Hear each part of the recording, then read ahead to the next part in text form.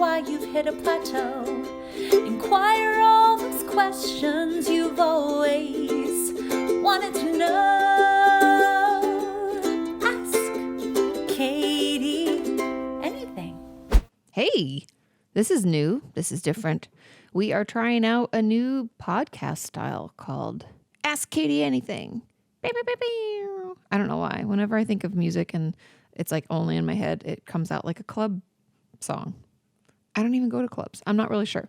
But we thought this would be kind of a fun, and I'm saying weeks, it's like Sean and I, but we thought this would be a fun way to do more of what you're already wanting me to do, which is kind of answer questions. And so I asked you on my YouTube community tab to send some in, and we're just going to get through them. We're going to talk it out. I don't know if I'll stay on topic 100% of the time, but I will do my best. And you had a lot. I think I had like 310 questions or something. So I pulled about 20. I don't know if we'll get through all of those. We're just going to jump into them, talk about it, be honest, and let me know in the comments, like if you have other questions or if you like this or all those things, do the things. And make sure your notifications are turned on too, because now we have 2 podcasts. Woo woo. So you want to make sure if there's one you want to listen to that you know when it goes up, because we're still trying to sort out all that stuff. Also, if you don't know who I am, my name is Kati Morton. I'm a licensed marriage and family therapist, and I have a YouTube channel where I've been talking about mental health stuff for like 8 years. Crazy, but it's been really wonderful. And so this is just yet another way to reach people, break down the stigma associated with mental illness and getting help, and, answer some of your questions. Okay, without further ado, that's enough rambling from me. Let's get into it. So the first question, we're just starting off, you're going to kind of laugh them. We're starting off really light, talking about suicide. But hey, I'm just going to jump in. This is how it is. Just jump right in. The question is, Kati, have you ever lost a client to suicide? If so, how did that make you feel? Now, the truth is I haven't. And I kind of want to, I'm knocking on wood, because I really don't want that to ever happen. I have had, I've lost clients. And I know that you're like, wait, but I specialize in eating disorder treatment. And so I have had clients pass away from heart attack. That's actually the only way I've lost a client before. And I was sad. I mean, I'm a human too, right? There's no real surprise there. It was really difficult. It was when I worked in the eating disorder treatment center, and the client left, they call it leaving AMA, like against medical advice. So you're like, just leave before we believe you're done with treatment. And this patient was really ill, and she was older. She was, not old, but older. I think she was like 42. And she left AMA and passed away of a heart attack a few months after that. And so that was really hard for all of us. And, because we get into what we do to help people, I think it's really tricky when you aren't able to help someone because they're not ready. And I've said this over and over again on my channel, but you can never make someone want to get better. And I learned that lesson right away, because at the time when this happened, I was still in graduate school. So it was like my first year of working. So I guess there's like, here it is. This is what it is. Get used to it. But it's really sad. And yeah, it's always hard to lose a patient. Question number 2. When can therapy be more harmful than beneficial? I love this question because I think that there's something, I like that someone asked this, because people often think you should be in therapy forever. And that is not the goal. The goal is actually to better understand yourself, gain some tools and insights and growth from being in therapy. And then you don't need it anymore because you got all these tools and things. And so I think that, being in therapy when it's not actually helping you do those things, grow, get tools, feel better, that's when I wouldn't even say it's harmful, but it's just not beneficial. It's a waste of your time and money. And I don't mean that to say that like, oh, therapy is such a waste. If you're just chatting like friends and catching up, that's not therapy. You can do that over a glass of wine with your friends or, at home hanging out. You don't need to pay somebody for that. And so I don't really think that therapy can ever be harmful, but it can not be beneficial. And if you're finding that therapy isn't making things better for you, you end up feeling way worse, or you aren't moving forward, or you feel like you've reached your goals and your therapist isn't like stopping the therapy, you should say something and you should stop. And that's there's so much to talk about with this. So when you're in therapy, I am a firm believer in the fact that we should all have treatment goals. We should be working with a treatment plan. And that doesn't mean that it's like super rigid and we have to talk to them every week about how we're moving towards our goals and working on our plan and all that stuff. That's not what I mean. What I mean is we should talk together about the goals of therapy and work backwards from those larger goals so that we're tracking towards the thing that we want, right? If I go into therapy because I'm struggling with panic attacks, let's say, and I tell my therapist, my goal is to not have those anymore. That makes sense, right? Totally reasonable. Then I'd want her to, or him or her, my therapist is a she, so that's why I was saying her, to work backwards from that big goal with me. And then every few months or so, let's say 3 or 4 months, we go over how we're progressing towards that goal so that I know therapy is beneficial. That also allows my therapist to check in with me and make sure that we're still on the same page and we're still working together. There's a lot of things that I think need to happen, and that's why treatment plans have to exist. And so if you're not working, like I don't have a treatment plan, or kind of if you don't feel like your therapist is checking in with you, you don't feel like you're making progress, then I don't think it's beneficial anymore. And I think you should probably stop. But it can be, and sorry, I'm just talking this out. It's just on the fly. You're just getting all my thoughts. I guess it could be harmful if the therapist is bad at their job. Meaning, let's say you just don't click with them. You don't feel like you can trust them. Maybe they fall asleep in session. I've heard from people that this can happen. I know you're like, holy shit, but that is the truth. People have had them fall asleep. It's horrible. If they don't remember your name or important people in your life.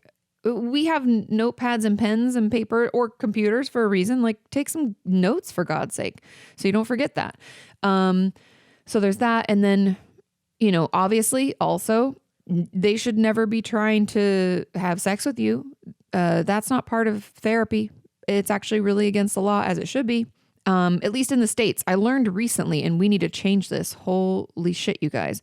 But apparently, as long as you're old enough to give consent in the UK, it's not illegal for a therapist to have sex with their patient. And I think that is totally, it's ass back was so wrong. It's just so wrong. This has to stop. And we're still trying to figure out how to do that because I'm not from I'm not in the UK.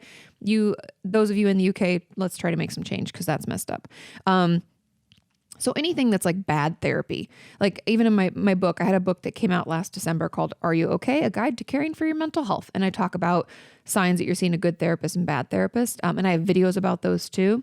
If you have a bad therapist that you end up feeling worse all the time, they don't remember your name or important things, they cancel all the time, you don't work with a treatment plan or anything, you don't feel like you can trust them, any of those signs, that's actually not beneficial therapy. That could be potentially harmful. Okay, I can talk about that forever, but let's move on to question number 3. And that is, do you ever get frustrated with clients not making progress? And how do you address that issue? The short answer is sometimes I get frustrated. It's not in the same way. I think first of all, people have a lot of assumptions about therapists and therapy, and feeling frustrated as a therapist is different than feeling frustrated with people in life.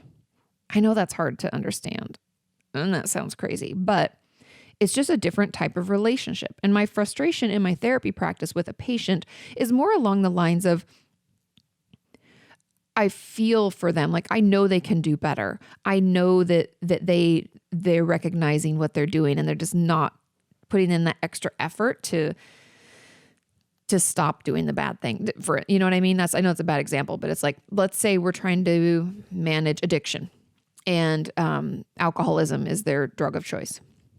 And so they know better. They have all the tools. They have a sponsor. They've got me, and they're choosing to go on these benders and not, I don't even know if it's choosing. I don't mean to say it that way. What I really mean is it's like they're doing the bad behavior anyways. And I know that their intuition is telling them not to, and they have all these tools and they're not even using them. I'm like, you got this. Come on. We've been working. Like that's the frustration, is more like, I know you can do this. And they're not. And so it's not like the same as in life when you get like annoyed and frustrated kind of means like I'm irritated. It's not really that. It's more like we've been working so hard, like use the things that could really help. And so that's kind of how it plays out in therapy. And so I have been frustrated over the years with clients not making progress. But I think there's also this component to being a therapist where you kind of assess whether it's you, like, am I doing my work? Because there's this like not ebb and flow, but give and take in therapy, where as the therapist, I don't want to work harder than my patients, but I don't want to work less hard than they are. So we have to like meet together, both working, the same amount of effort together, if that makes sense. And it's a tricky dance, right? Because I want to make sure that I'm doing all my research and coming to the table with like tools, techniques, good questions to get them to think about what they're doing and why and all of that.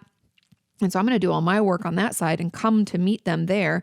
But then they have to come and meet me where they're able to listen and work within reason to integrate that information into their life to help them feel better. Right. And we all know therapy is really hard. It's hard work. So I'm not saying like, oh, it's instantaneous. I bring in the things and they do them, but there has to be like this kind of meeting. And so I don't really want to be not arriving with all that information. And also I don't want to be working harder than them. And the reason that in therapy, your therapist doesn't want to work harder than you is because I can't make you get better. And that's just like an effort and futility. Like I'm just going to try to do this thing for you and I'm going to keep trying, but it's not going to make any impact because you're the one that has to actually try, not me. It's not me, it's you. And so, yeah, I think that's something. And so, okay, to move on to the second portion of this question, it says, how do you address that issue? So if I ever get frustrated with clients not making progress, I do, because I know sometimes they have the tools and they're just not using them. But then how do I address it? Is I just talk about it. I think that's the thing about, my style of therapy, and this could be different from other people, and that's fair. Everybody's going to find the therapist that fits best for them. But something that I try to do in therapy is bring things up right away. Like if it's been a couple of months and I can see they're kind of slowly sliding back into old habits, I'll just say it out loud. I'll be like, I feel like you're sliding back into old habits. And I'm just curious if you've noticed that and if you have any thoughts about, what could be causing that. That would be kind of how I'd frame it. So we can look into maybe triggers or, any faulty beliefs that they're acting out of or certain thoughts they're having about their recovery or their treatment. I just address it. I find, honestly, that clear, direct communication is just the best. It's the best in life in general. It's the best in our relationships in our life. It's the best with our therapy, with our therapist and our therapeutic relationship. It's best at work. If we can get over the hurdle of, what if they don't like, what if this, they're going to think I'm this way. They're going to think about that about me, all the ego, all the worry about what people are, going to think about us. If we can get over that hurdle and communicate, it's never as bad as we think it is. And so in therapy, I try to practice that with my patients where we just talk about it. And if they're not making progress because it's my fault, let's say I don't have all the tools and tips and tricks and things for them, then I might try to refer them to someone else because that's on me. And that's part of being like a responsible therapist is I'm not going to continue to see them when I am not the best person for the job. I don't have any ego about my practice. I don't think I'm the end all be all. I don't know everything. I don't specialize in everything. And I might not be a good fit for everyone. And so if we're not making progress and, we talk about it and they're really working hard and I'm like, man, maybe I don't specialize in trauma, for instance, or addiction. My specializations are self-injury and eating disorders. And also I do a lot of anxiety work because just my trainings. Anyway, so I do those types of things. So if things fall out of my specialization and I find that they're not doing as well, then I'll offer some referrals or supplements like, oh, there's this group or there's this specialist you could, try seeing every other week so they can add in these things. We can do all sorts of things. I know that was a long-winded answer, but there's just a lot to say about it. Therapy's complicated. Mainly because life is complicated. Am I right? Okay. Question number 4. How are we doing? I think we're doing okay. I'm moving through these, right? Am I making sense? I hope I'm making sense. It's funny because I'm used to having these, even if I'm answering questions, usually on live stream. So I'm used to getting some kind of feedback in the chat or something. And I'm finding myself, since this is my first time doing it, I'm like, where's that chat?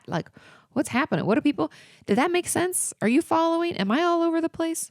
All those things are possible. Okay. But anywho, let's get into question number 4. I am not sure if this has been asked before, but what is the process for clients if a therapist dies? I feel like it would be very traumatic and a setback. This is a great question. And unfortunately, I haven't had a colleague of mine that's a therapist pass away, but I have had a psychiatrist that I've worked with pass away, and it was very sudden. Honestly, as horrible as this is to even talk about, he passed away at the doctor's office getting a stress test because he was having issues with his heart. It was devastating. I'm still like, how did that even happen? Anyways, and so I had to deal. We didn't share a ton of clients, but it was shocking for me. It was hard for me, and so I think the process itself is actually just referrals. So once we find out they've passed away, someone, either their office manager, if they're lucky enough to have one, or a colleague of theirs that shares the office, will try to figure out a way to contact their patients. The thing that gets a little tricky here is HIPAA and confidentiality, because if I'm not, like, my office manager or assistant that I don't have, by the way, my private practice is just me. But if I had that person, they would already understand, confidentiality requirements to be part of my office, and they would call everybody to like refer them to someone else. I don't know if someone does pass away, I think what would happen, and this, I'm just guessing because of confidentiality, if they don't have an office manager or assistant or anything like that, it would be on their voicemail. Someone would change their voicemail or their email automatic return. We do those types of things on this end, because that wouldn't be, it wouldn't infringe upon your rights as a patient, because confidentiality is something that is it's a very serious topic. It has legal ramifications. Like, for instance, if I see you out in public and you're my patient, I can't come up to you and say hi and be like, oh, how are you? Or wave or anything. I have to pretend I don't know you. You can approach me because it's you hold the confidentiality. It's yours. It's your privacy. So you can come up to me and be like, hey, Katie, because think about it. If I came up to you and you're with some friends and they don't know you're in therapy, or you're not comfortable with that, or any number of things, and I'm like, hey, Susie, how's it going? And you're like, oh my God. And then you look shocked. I walk away and your friend's like, oh, who was that? You have to answer that. That's messed up, because you shouldn't be forced because of me to share things you don't want to share. So I think with and there's a lot of other things when it comes to confidentiality, but I think with regard to a therapist passing away, I think it would be on the voicemail and the email. And then that's how they'd hope you'd find out. But that's an interesting question. And I might follow up with this and ask some of my colleagues, because the only that psychiatrist that passed away, he had a whole office staff, and so they managed it. But yeah, it's all about that confidentiality, man. It's a little tricky, and it would be very traumatic and a setback. And when that happened to that psychiatrist, a lot of the therapists he worked with, we did a lot of debriefing on it for ourselves, kind of like group therapy, so that we were more prepared to see our patients, because it could be really hard. Some of them had been seeing him for years and years, and so it was really difficult. Okay. But yeah, I'll follow up with that. That's interesting. I have to ask my law and ethics person that's really good at those kinds of questions. Okay. Question number 5, and I'm going to get a drink of water. Okay. Total side note, because my brain just went there, and I might do a video about this, I'm not sure, but have you guys heard about this dry fasting people are doing? Don't listen to it if you've heard about it. They're not drinking water. What is happening? So stupid.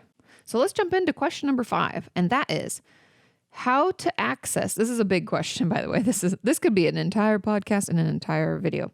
How to access and fix unconscious negative beliefs that have formed in early childhood and strengthened during growing up. Now, we all have these. I know it sucks. I'm sorry. And the word unconscious, I think a lot of people think well, you're not even aware of it.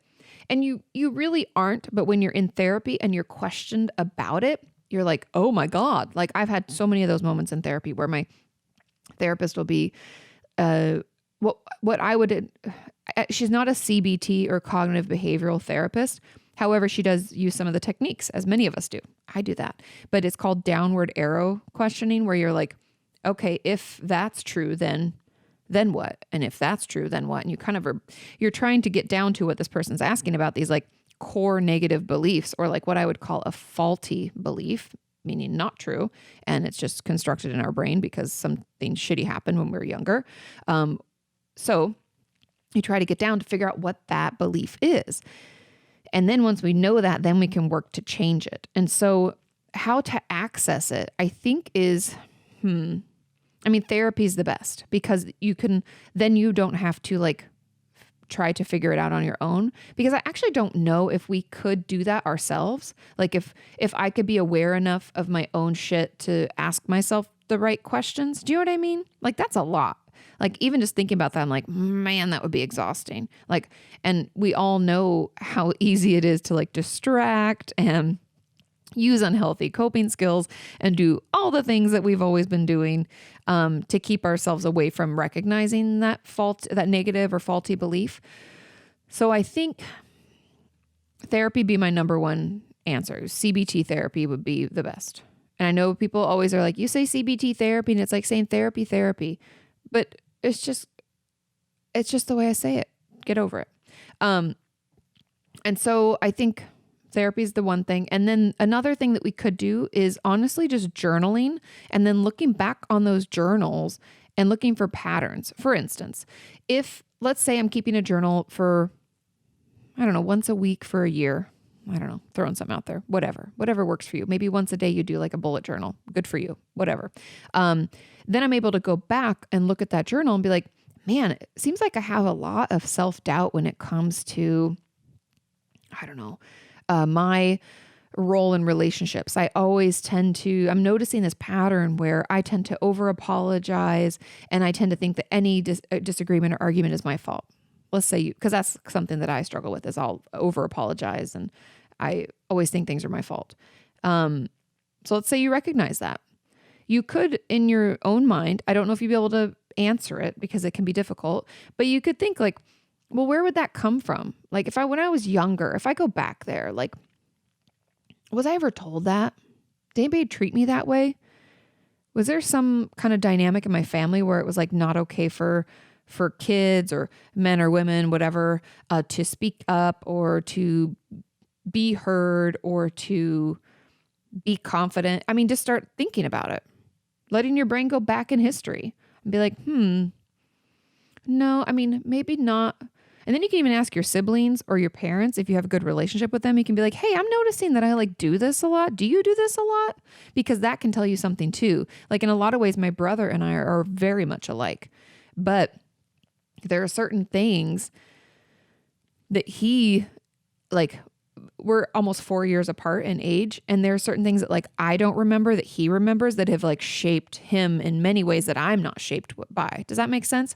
But it can help to check in, because then he might say, well, I do that a lot. And then you can have a conversation about that, and they might be able to help you uncover more of the reasons why. Because to get back, I told you this is an intense question. Then to fix it is, once we know, let's say we drill down with our therapist and we get to because these core beliefs that I'm talking about aren't just things like, I'm always at fault. These are things like, I'm not worthy. I'm not lovable. I'm not enough. These are big, sweeping, think of them as these huge generalizations about who we are and how we show up for ourselves and people that we're in relationships with. These are huge beliefs that I think of it as like a colored fog we walk into. Do you know? Like a scary, I don't know. You know, like one of those, why can't I think of the word, but like a haunted house of sorts, where it's like that smoke, I don't know if it's dry ice or whatever the fuck it is, but it's like different colors and it like invades, it like colors our whole life. So we can't see things clearly and we can't even, navigate through life easily. That's what these beliefs do. They fill up our life. I don't know. I love that analogy. And I don't know if you guys like it. I love analogies, period. And that one's just really, I like things that I can almost touch. Like it feels really tangible. And that's what faulty core beliefs are. They're like big colored fog that makes it hard for us to see properly and get around.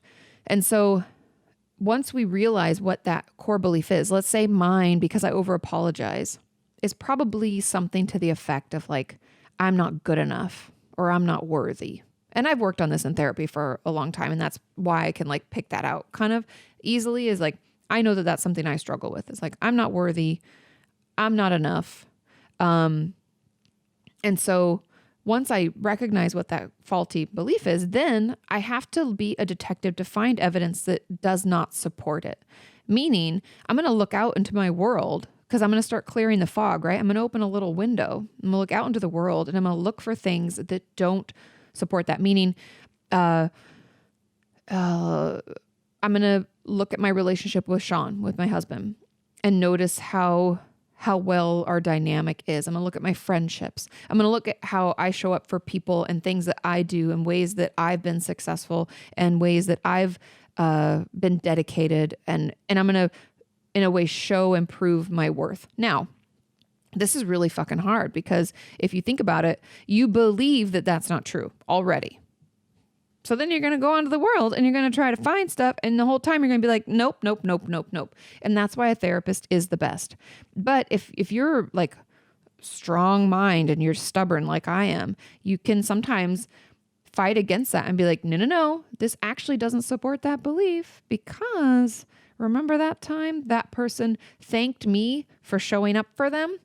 Think of all the small things you've done and how many people have said like, oh, that meant a lot to me. Thanks for sending that card or that text or that email or picking me up from the airport. Or it could be any number of things. You look for all that evidence that shows that you are worthy of love.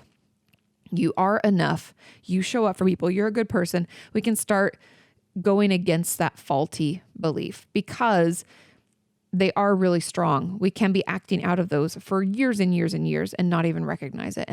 So anyways, I know that's a lot. It's a lot of things to think about, but it can change your life. And I think that's why it's important to take some time to recognize the thoughts that we have and challenge them sometimes because they're not always right or correct or true in any form. And we've been acting out of what 8-year-old us encountered instead of what 36-year-old today us is dealing with. And so it's good to check in. It's hard work, but I feel like, and not to make it sound like, oh, therapy should last forever, because like I said, it shouldn't. But I do think there's always some work to be done where, like, I'll give you an example. So I've been in therapy off and on since I was like 15 years old, and I'm not currently in therapy right now. But my therapist, last time I saw her, was like, you need to, and she didn't say this directly because as you know, therapists, they talk around until we figure it out. And then we're like, oh my God. So she said, all of this worry that you're having about, I was talking about somebody that doesn't like me and like is just really mean. And she was like, you're so worried about that person, but you can only control your side of the street. You only can clean up the mess that you've made. And she's like, I get the feeling that in your life, you try to clean up other people's messes a lot. And I was like, fuck my life. Oh my God. My head exploded. And so part of my homework as a whole that I still try to do is to not take on projects as a relationship, which I've been trying to not do that for a long time. But the bigger one, and this sounds silly, but I don't know if any of you can, understand this or commiserate with me, is that I will be afraid. I'll like feel bad for being in a stranger's way when we're trying to do the exact same thing. Like if I'm at Trader Joe's getting groceries and someone else needs to get broccoli and I'm reaching for broccoli, I'm like, oh, excuse me. Oh, sorry. I let them go first. Not that you can't let people go first. You can totally be kind and stuff like that. But I'll have this like, like my bad. I shouldn't even be here. Why do I exist? I can't believe I'm taking up space. Oh, it's like such an automatic response, but it's me acting out of that. Like, I'm not worthy. I'm not enough. Like, why am I here? I'm just in your way. I'm just always an inconvenience. And so that's something that I'm supposed to be working on, is like being okay, taking up space, even if that means I'm in someone else's way. And so anyway, I say all of that to say that it takes time. There's going to be a new way that it kind of tries to show itself, these faulty beliefs. But if we know it, like I've named it, I've seen it, and I did this video like a couple years ago with a friend of mine, Lindsay Sterling. She also has a YouTube channel and she's an amazing musician. And she was talking about her eating disorder and how it can put on a different wig and a different outfit, but she still knows what it is when it tries to show up. And that's how I feel about faulty beliefs, is they like put on a different costume, but when they walk back into your life, you're like, I still know who you are and you're not invited. And so it's something that I'm constantly challenging myself to like test and make sure that, I'm not doing that, because I still do it. So it's one moment at a time. Once you recognize what it is, that's honestly the hardest part, I think, but it's such a like freeing feeling when you're like, holy fuck. Yeah. Oh my God. It's like your head explodes. So once you recognize that, then you can start challenging it and seeing how it shows itself in other parts of your life. Okay, that was a very long-winded answer, but it's a great question and something that I think we all struggle with, because we all have those. Even if we don't think we do, we do. They might just not be as debilitating as others. I don't know, Okay, just another sip of water. And we're going to get into question number 6. Okay, and that is, how can you open up and talk about your feelings if all you feel is numbness? For me, I don't know how to describe my emotions. What do you think this means? Thank you. Okay, I picked this question and put it at the front because I think it's something that's super, super common. Also, within the YouTube community tab, you guys can thumbs up things. And when I saw things that got a lot of like upvotes, is what I would call that, the ones that got the most upvotes went to the top of the list, so that they, it's ensured that I'll talk about them. So anyway, this is something that everybody struggles with. And when I was writing my book, oh God, I'm like, it says 2020. And I was writing it in 2018. I'd reached out to like my mom and one of my friends, and I had Sean do it. And I had them try to, at the end of their day, name 3 to 5 emotions and write a short sentence about how that emotion felt, and then send it to me, because I was going to add it into the book. I don't even think we ended up adding that in. I'd have to look back, but I don't think we ended up actually putting that in. But I wanted it in people's handwriting, and that was something that was important to me, and my editor agreed, and blah, blah, blah, blah. So I had everybody give those to me, and it's so funny, because one of my close friends who's in therapy at the time, like twice a week, was like, boom, she got it to me like the next day. She's like, this is what you need? I got it. Here it is.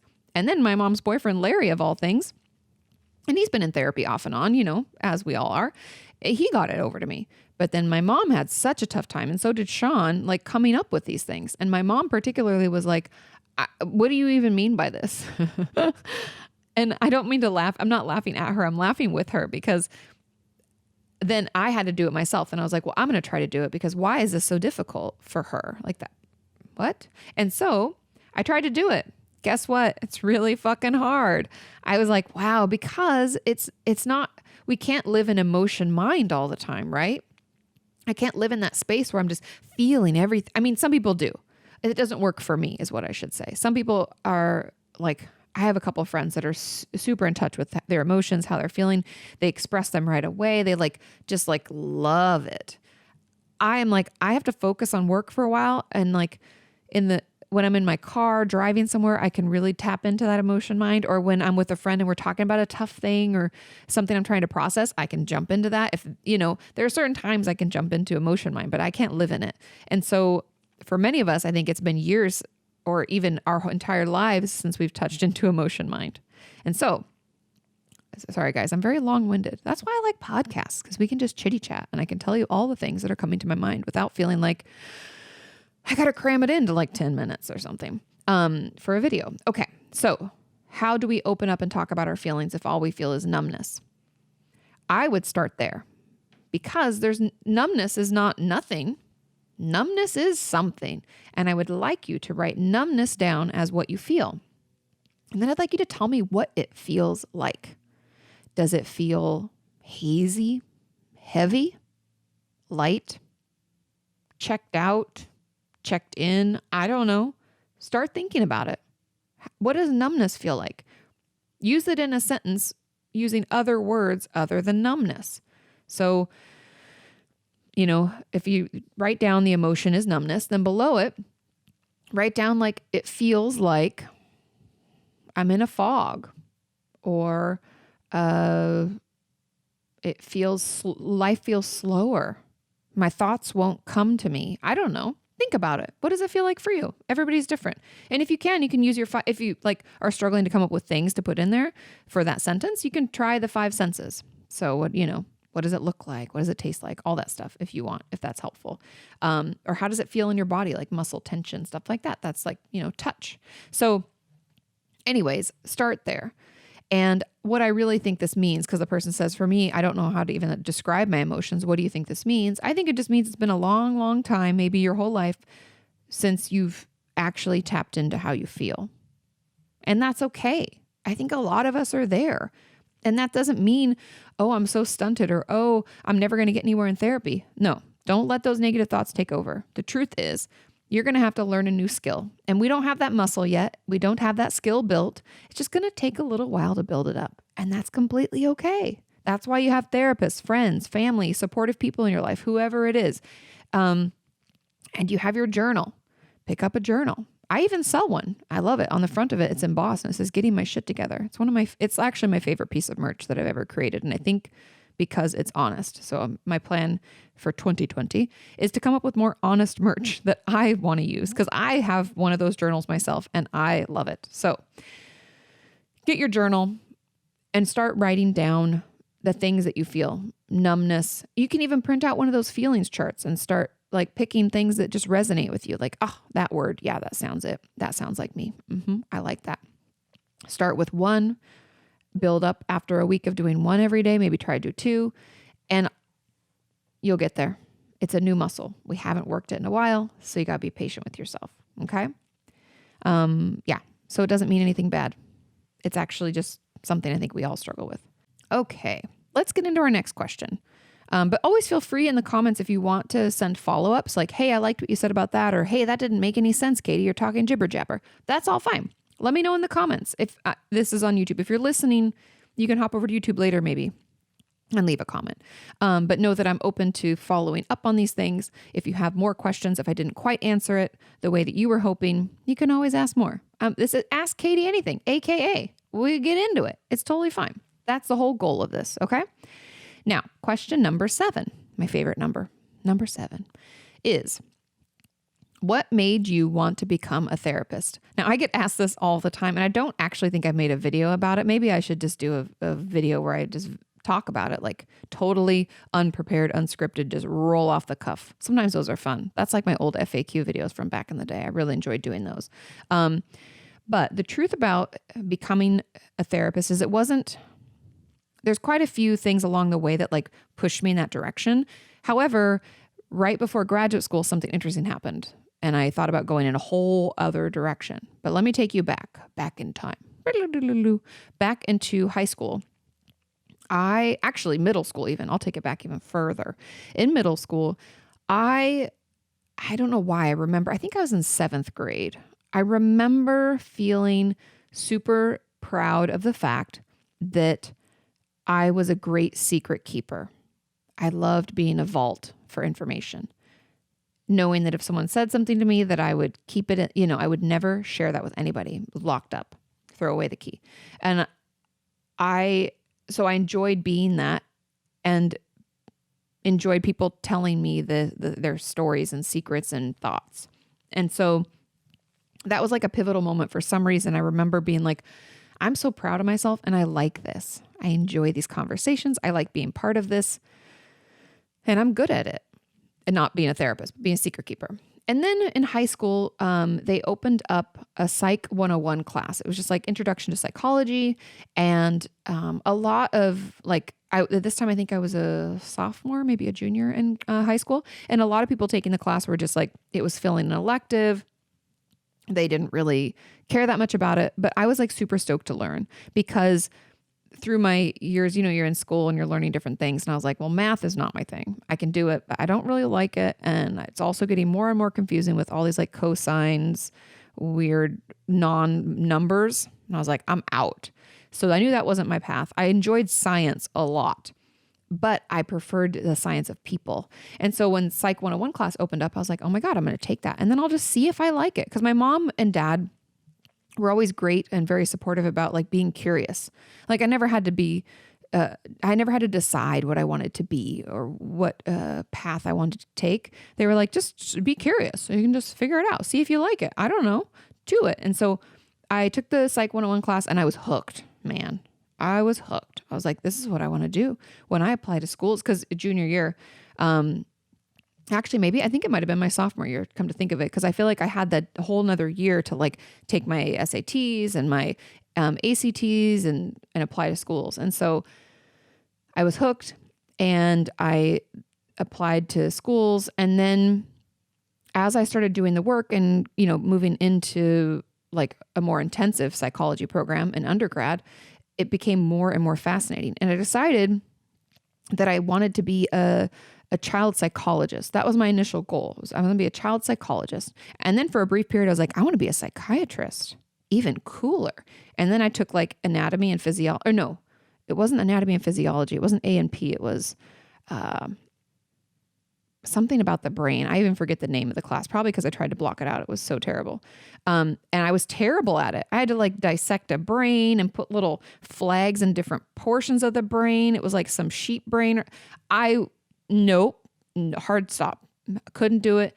Didn't like it. Wasn't interested. Let's move on. And also did really shittily, even though I studied like a maniac. And so I was like, I don't think this is made for me. So not going to be a psychiatrist, back to being a child psychologist. And so when I graduated undergrad, I initially was a psych major and a music minor. And then about my sophomore year, I realized I wouldn't graduate in time with those two because music is very intensive. If you don't know, like it takes a lot of hours. I know I'm telling my whole life story. Sorry if this is boring. Anyways, so I dropped my music minor and went through with the psychology thing. And then after that, I took a couple of jobs to make sure that I wanted to be a therapist because I wasn't actually sure. I know that sounds silly, but you go through school and school is not real life and it is not a job. And you can learn about things and be like, oh, this is very interesting to learn about. And then in practice, you're like, oh my God, it's all TPS reports and I hate this. So if you don't know that reference, it's the movie Office Space. Anyway, it's all TPS reports and shitty things and a boss coming around trying to make it. I was just like, do I like doing this? And so I worked at this place in downtown LA called St. Anne's, and it's a home. It's a therapeutic home for pregnant and parenting teen girls, foster teen girls. So they don't have like a family of their own. In the traditional sense, they have like us, and it's like 56 girls, I want to say. And I think we had like 23 children. It was a lot. I was exhausted, but excuse me, but I loved it and I was hooked. And so after I had that job, I took my GREs, which is like the tests that you have to take to get into graduate school. And I decided to apply to psychology programs and the graduate programs. And I wasn't quite sure which vein I wanted to go in. I looked into art therapy. There was a program at Loyola Marymount in LA. I looked into that. I went to Pepperdine for undergrad, and they had an LMFT program, so I looked into theirs. I looked into a program in Boston, I want to say at Brown University, because part of me was like, I want to go to the East Coast. I can move again, because I moved, if you guys don't know, from Washington State down to Southern California for undergrad. So I was like, for grad, I might as well move again. Oh, why not? Well, it turns out it's really expensive, and I also already had like a place here and friends here, and Pepperdine really likes to keep their people. They're incestuous, some might say. And so it was actually a lot cheaper for me to stay and go to Pepperdine. Surprise, surprise, even though it's still expensive. Consider school costs before you get into it, because that was a mistake I made. A lot of student loans, you guys, a lot. Anyway, and so went to school for it and started working with children. After my first year of graduate school, they put you into like a internship program where you work, with different people. I worked at a low cost / free clinic. And my first client was a 9-year-old girl. Lovely. But immediately I knew I didn't want to work with kids. And I say this with the most love because I love children. I just don't love dealing with shitty parents.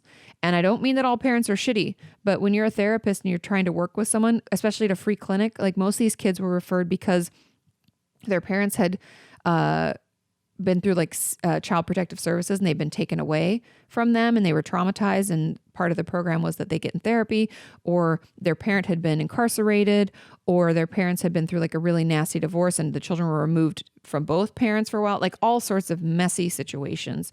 And I realized that that was not the space for me. Like it was more about me managing the parents and their expectations than actually working with the child. And I just found it so exhausting and so frustrating. And I didn't think it was a good fit for me. And around that time, one of my friends had told me about an opening at the Eating Disorder Treatment Center. And I was like, I had a friend that I grew up with who really struggled with the eating disorder. And so I was like, I don't know if I can do that. Like it's too close to home. What if there's like transference, blah, blah, blah. And she was like, just try it. I find it super rewarding. It's the best job I've had, yada, yada, yada. I think you'd be great at it. So I interviewed and I got the job and I fell in love with that. And that's always been what I've done then since that moment. And I think the reason that I enjoy being a therapist is I love the growth.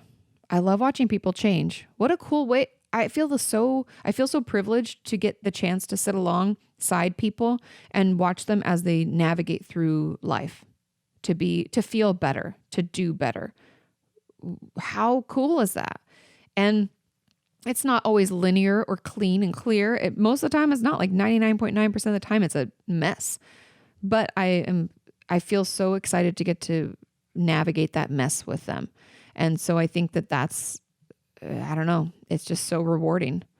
And I haven't gotten an email in like maybe 6 or 8 months, but every so often I get a couple emails from my older patients who I don't see anymore, just updating me about what they're doing. I even get letters from my viewers telling me how they're doing. I love that stuff. That feeds my soul. That's why I do what I do. And so, yeah, I like being a therapist because I get to be part of people's growth and positive change. And it's so cool. And everybody's different. Like, I think the thing when I was growing up, I had a bunch of jobs, you guys. Like, don't think that it was like, and I went to school and then I became a therapist and everything was fine. No, I was a barista for a long time. I worked at Jamba Juice. My brother used to joke that I needed to become a bartender so I could be the queen of the beverages because I'd done all these beverage jobs over the years.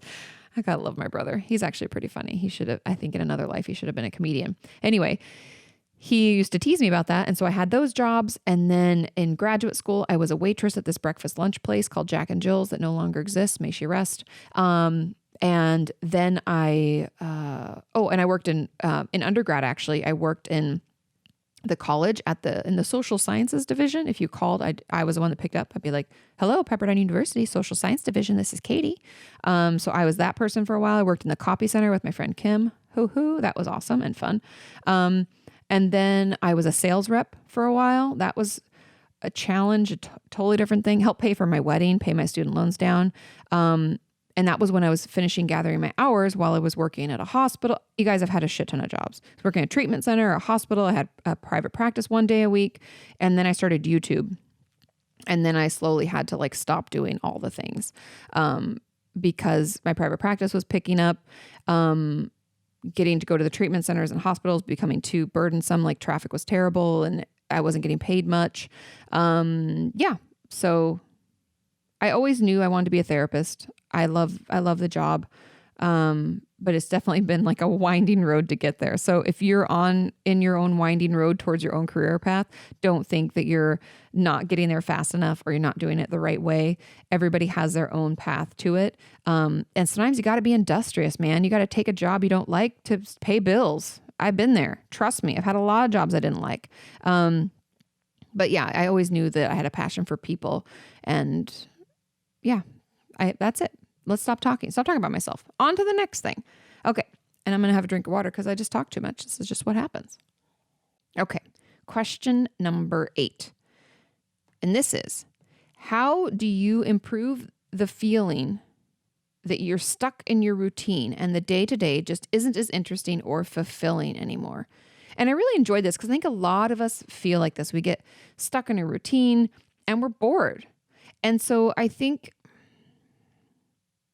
the thing is, and this is not an easy answer. I know this isn't going to be easy to do. I know that I'm going to say it and you're going to be like, shit, I'm hoping she wouldn't say that. But the truth is you got to shake it up. If you're stuck in a routine, You've got to make plans to do something different. Like for instance, just the other day, because Sean and I's goal this year is kind of to get outdoors more, to do more of the things that we love. And I was in yoga, and my teacher was talking about like making time and space for things that are fulfilling or things that you really want to do, because life's too short. And I was thinking about it, and I'm, you're laying there in like Shavasana, like, and I was like, I think all of a sudden it bubbled up in my brain. I was like, I want to listen to live music more. I used to do that all the time. I love live music. It's so like a breath in, and I love it. The creativity. Oh, so good. And so I came out of yoga and I was like, Sean, I want to go see live music more. And so I think that was me shaking up my routine, because my routine, just FYI, is get up around between 8 and 9, make some eggs and toast, check my email, film some videos, maybe go to yoga or do a YouTube workout, make dinner. Sean usually makes dinner. I'm not going to lie. He makes dinner, and we watch some news and reruns of The Office, and we go to sleep. Boom. And then rinse, repeat. And so you get stuck, and it's not fulfilling. Super boring. We're all there. We get there. And also it's the winter time, and it's hard to get out. So you got to just make a point to do something. And I don't know, it depends on you, but some people are better with like plans. Like you make plans with a friend and you tell them not to let you cancel, have them come to get you. You can set up things to like stop you from getting back into your, routine that's sucking. So that could be one way to do it. You make plans. Or if you're like me, it's actually better if I do last minute things, because I can't get out of it and I'm excited in the moment and then I'm doing it. So that actually works, where I'm like, oh my God, hey, my friend is singing at this bar. We got to go. And I'm good at that. Then I'm like, put on my jeans. Let's get out of the house. And I don't have any time to like, oh, later today I'm supposed to do that thing. And like, I don't really want to do it. And I'd rather just like be in my pajama. It doesn't give me any time to get out. And so I find that to be better. So think about yourself and like maybe try both, see what works. Maybe spontaneity is not your thing. Maybe it is. But I find that keeps me from like getting back into my old rut. And so, okay. And improve the feeling that you're stuck. So I don't know how this person wanted me to answer, like what they're really looking for. But I think if you're wanting to just improve on the feeling that you're stuck, shaking it up will prove that you're not. But it also could be helpful if you just feel like you're stuck in the day to day. I mean, I'm a huge supporter of journaling, and this could be a time to like journal about what being stuck means. Like I would be curious. I would say, define the feeling stuck. How's it feel in your body? What are the thoughts that you have about being stuck? Is stuck a bad thing? Is stuck a good thing? How come you're judging your stuckness? Are there things that you could do to make yourself feel more unstuck? What would those be? I mean, that's being a therapist. You're filled with questions. I could ask you so many questions about it. And so that would be kind of like how I would dive into that if you want to improve on that feeling and get to know your quote unquote stuckness more. But I think shaking things up will be more fulfilling. Also, I think it's important for all of us. And this is something that I've been trying to do more and more. If you follow my YouTube channel, I've talked about it a little bit. Or on my Patreon page, I do live streams and I chat a little bit more about my own process. But over the years, I've been trying to figure out how to do more things that are fulfilling for me. Because as someone who's creating and giving out, like creating content and putting out energy to other people and like to help people, I can't pour from an empty pitcher, right? Like I have to fill myself up too so that I can keep doing what I do. And because YouTube and interacting online used to just be a hobby of mine. And I was like, this is so cool. I get to talk to people like from Cyprus and the UK and Florida. This is so amazing. And I would get so excited about it. And it's not that I don't get excited about it anymore, but it's just like anything. After a while, it's become a job, right? And it's like all consuming. I legitimately cannot answer all comments and questions anymore. It's just impossible. I'm only one person. And so now that hobby has become like more of a career path, I have to fill that hobby hole. That's just a funny word, that hobby hole. But I do, and I have to find new things that are fulfilling, because I think the lie that I told myself is that once you have something that is fulfilling, you always have that thing. And that's not true. We change all the time. My preferences and my the things I get excited about are always shifting. It's never, cut and dried. Like, oh, I enjoy going for walks. I'm going to enjoy going for walks until I'm 87. I enjoyed that for maybe like a year and a half, and I'm kind of over that too. So in order to have things that are fulfilling, I think we always have to mix it up. We always have to try different things. And just recognizing when a certain person, situation, experience is breath in for you that is fulfilling. Like for me, we went to Big Bear a few weeks ago with friends, and that was really a breath in for me. I came back feeling so energized and revitalized. And so I was like, getting outdoors, spending time with those friends is a good thing for me. And then also, like, I have a couple of friends that I go to dinner with, that aren't in the YouTube world, and that's fulfilling for me and a breath in, because I don't have to talk about work the whole time. Because we're not, unfortunately, a lot of YouTubers, and I'm sure if anybody's listening, they're like, we are not the best at work-life balance. We talk about work all the time. And if we get together, we talk about each other's channels and the work that we're doing.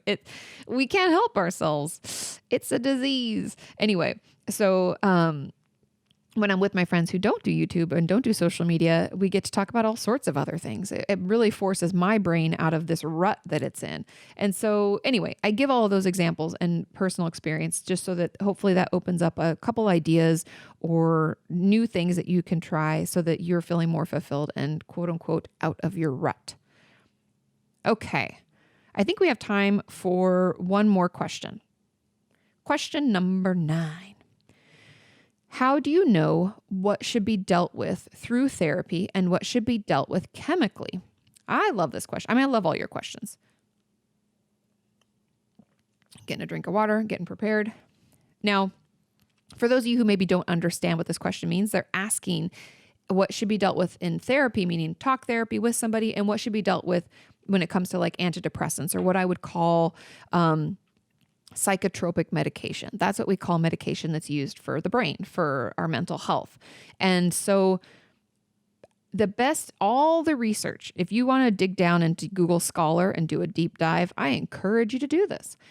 You will find that the best results come from both therapy and medication working in tandem. Oh, it's amazing. The results are amazing. People get super stoked. It's the best. However, sometimes we don't need medication. Like if our therapist gives us some tools and tips and techniques to try and we're like, cool, I got it. These are hard, but I will try and I am doing it.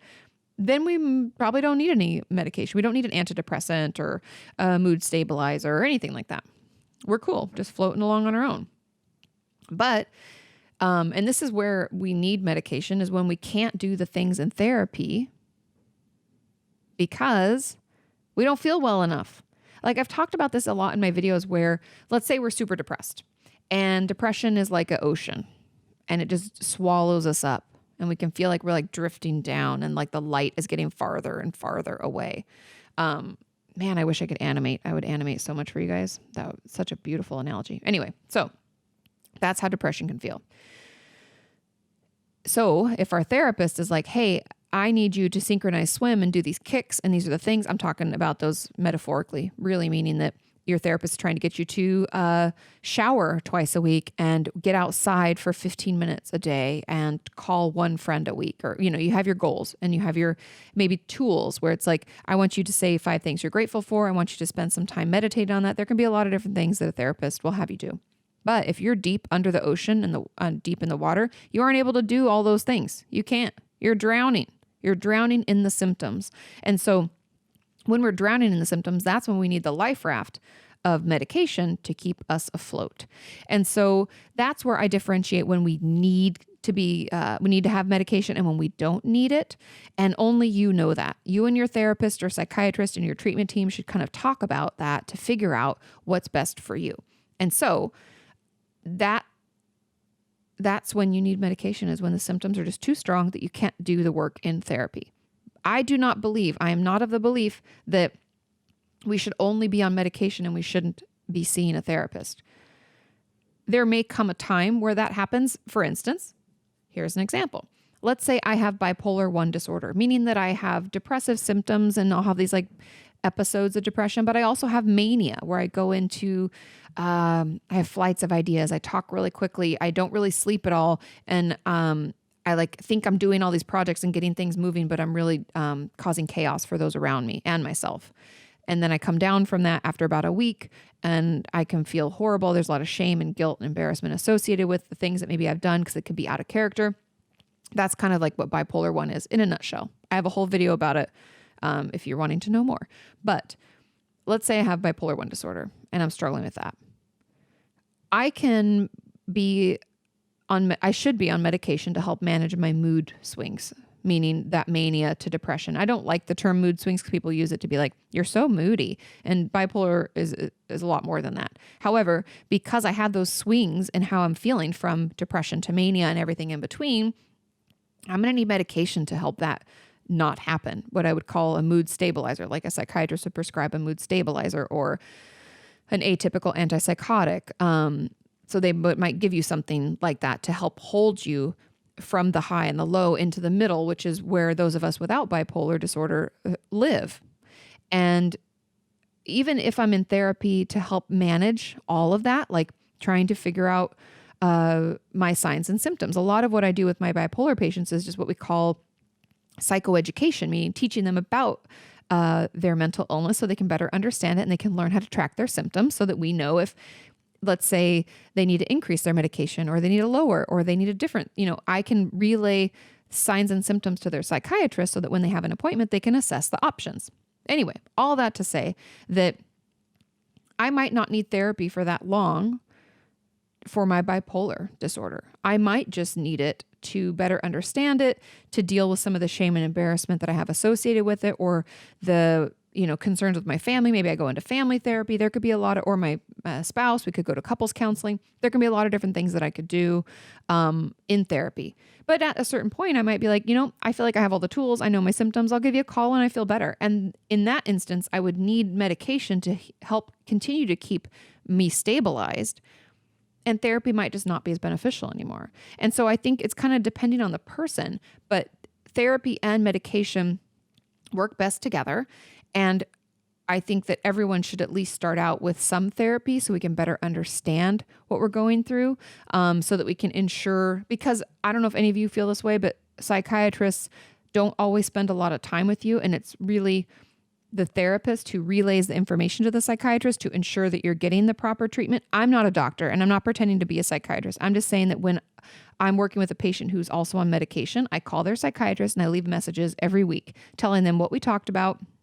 Obviously, you have to sign a release for this to happen, just so you know, confidentiality again. But I leave a message with the key points in our therapy, the symptoms that I am seeing or hearing from my patient, things they told me about the medication. I check in to make sure I still have the proper doses. I tell them when our next appointment is, and I let, and that's it. And tell them to call me back if I need any feedback from them. And so I think at the beginning, it's important to have both of those people in your life so that you can learn about your mental illness. You can get tools and tips and techniques to better manage it. And you can ensure that you're getting a full treatment, meaning that your psychiatrist gets all the information, because I know they kind of rush us through and we can get scared or forget to ask certain questions. And then having a therapist on board can kind of help with that. So that's really important. But then you might only need, the medication later, or on the flip side, you might only need therapy later. Let's say I was going through a depressive episode, following just a really difficult time in my life. And after about a year or two on the medication, I titrate down with my psychiatrist helping me. And then I just continue in therapy because the medication actually isn't needed anymore. I'm able to do the tools and things that my therapist is offering. I hope that makes sense. I know that's a lot and I'm like talking quickly, but there's a place for both. And I think they work best together. However, I do not believe either has to continue all the time. I think it's all about how we're feeling. If we're able to do the things that our therapist is asking, then therapy might be enough. If we're not, we might need medication. If we've already worked everything out in therapy and our medication is just needed to maintain where we're at, then we might just need medication. And I think that's kind of the role. But asking questions, that's important. You are the one that can be the best advocate for your own mental health and your own mental health care. So write some questions down that you have for your therapist or your psychiatrist. What symptoms are you experiencing? What are your goals? What things are you worried about? Ask about the side effects. Ask about the cost. Ask about it. It's okay. We're there to answer your questions. There's a reason we go to school and we do all the things we do is because we want to help people. So come prepared with all of your questions. You can just read it straight off your phone, put it in your notes and read it from it when you go in for your appointment, just to make sure that you are getting the care that you need and deserve. I hope you like this podcast. This is kind of fun. It's totally different. I'm going to have to get used to it, not having chat, not being able to say out names and how are you and blah, blah, blah. No checking in like that. It's I just talk and then you listen and then you give me more questions or more feedback and we go from there. But this is kind of fun. Let me know what you think in those comments down below. Yeah, and I'll keep asking you for questions all over social. So follow me on social media. My name is Kati Morton, KatiMorton. I have Instagram, Twitter, YouTube community tab. We got all the things. I'm even on Tumblr and Pinterest, although Pinterest, I don't really understand how I would ask questions. You get the gist. Okay, I'll see you next week. Bye. You can ask her about your therapist or vent about your work. You can ask her about your self-esteem or why your feelings hurt. You can ask her why breakups suck or why you've hit a plateau. Inquire all those questions.